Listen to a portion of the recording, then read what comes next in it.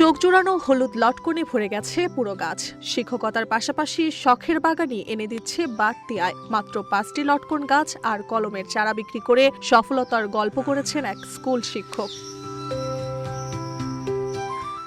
লালমনিরহাটের হাতীবান্ধা উপজেলার মিলনবাজার মোজাম্মেল হোসেন আহমেদ উচ্চ বিদ্যালয়ের সিনিয়র সহকারী শিক্ষক তসলিম উদ্দিন 2009 সালে শখের বশে অল্প কয়েকটি হাইব্রিড লটকনের চারা রোপণ করেন। সন্তানের মতো গত 3 বছরের দীর্ঘ পরিচর্যার পর গাছে ফলন এসেছে। এবছর মাত্র 5টি গাছেই থোকায় থোকায় ধরেছে সুস্বাদু লটকন।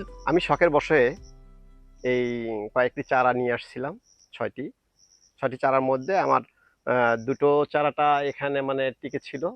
থাকার পরে ইনশাল্লাহ আলহামদুলিল্লাহ আমি শখের বশে যদিও করেছি, কিন্তু এখান থেকে আমি অনেক লাভবান হয়েছি। প্রতি বছর আমি খাচ্ছি, আমার পরিবারবর্গ, আত্মীয় স্বজন, বন্ধু বান্ধব বিভিন্ন ধরনের খাচ্ছে, এবং এটা আসলে সুস্বাদু এবং হাইব্রিড জাতের একটা লটকন।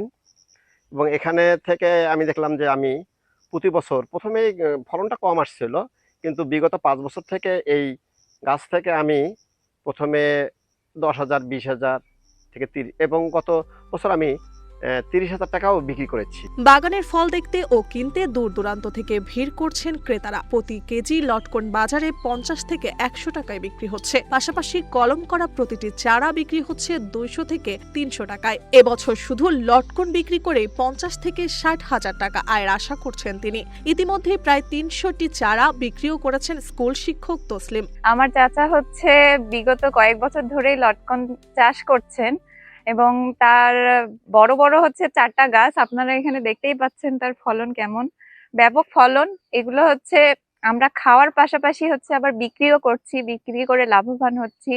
চাচা এখান থেকে কলম করে হাজারের মতো চারাও লাগিয়েছে, চারাগুলো বিক্রি করছে। চারাগুলোর বয়স অনুপাতে দামও নির্ধারণ করা হচ্ছে, এবং আপনারাও এখান থেকে অনুপ্রাণিত হয়ে চাষ করতে পারেন, এবং আমার চাচার মতো শিক্ষকতার পাশাপাশিও লাভজনক হতে পারেন। উপজেলা কৃষি অফিসার নূর ইসলাম বলেন, বর্ষা মৌসুমে লটকনের চাহিদা বাড়ে। শখের বাগানকে বাণিজ্যিকভাবে কাজে লাগিয়ে অন্যদের জন্য অনুপ্রেরণা হয়ে উঠেছেন এই শিক্ষক। বর্তমানে অনেক নতুন উদ্যোক্তাও তার কাছ থেকে চারা সংগ্রহ করছেন। তিনি শিক্ষকতার পাশাপাশি লটকন ফল বিক্রি করে ভালো একটি লাভ তিনি দেখেছেন।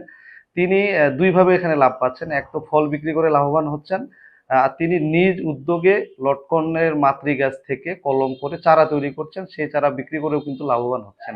তো আমরা দেশি ফল হিসেবে লটকনের সম্প্রসারণ করার চেষ্টা করছি, মানুষকে পরামর্শ দিচ্ছি, উদ্বুদ্ধ করছি লটকন বাগান করার জন্য।